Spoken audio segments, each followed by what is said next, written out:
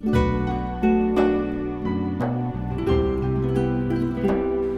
ұстазым айтады, Мысырда бір жиында отырсан, бір атақты әнші дастархандас болды дейді. Әлгі кісінің әнін миллиондап адамдар тыңдайды, суретін жүрегінде сақтап жүреді. Дастархандас болып отырсам, әлгі кісі жұртқа күледі, бірақ жүрегінен мұң байқалады. Қарап отырып, сол мұңын ашқым келіп айттым дейді. Көп адамдар бар, сыртқа жүнін қампайтады, өзінің аштығын білдірмейді.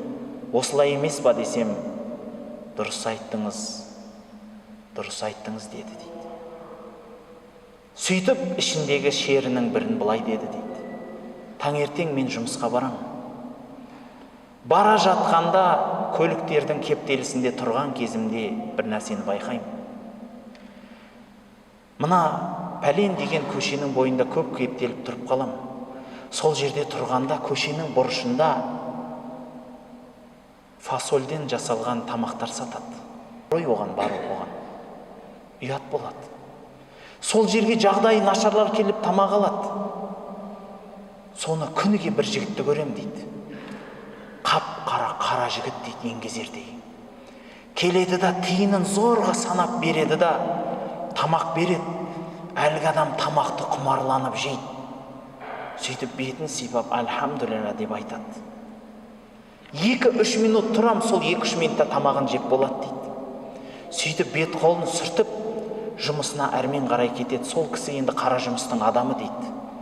Сол кісіге қызығып қарайым дейді. Неге екенін айтайын ба дейді. Алла Құдай маған сондай дерт берді. Тамақ жей алмайым дейді. Күніге $500 укол салдырам дейді таңертең. Кешке келгенде тағы сондай укол салдырам дейді. Сонда да тамақтың ішінде жеуге болатынын ғана жеймін дейді. Сөйтіп айтады, құрметті имам, не деген қапаста өмір сүріп жүрмін. Дүнием бар, сөмке ақша жатыр үйде.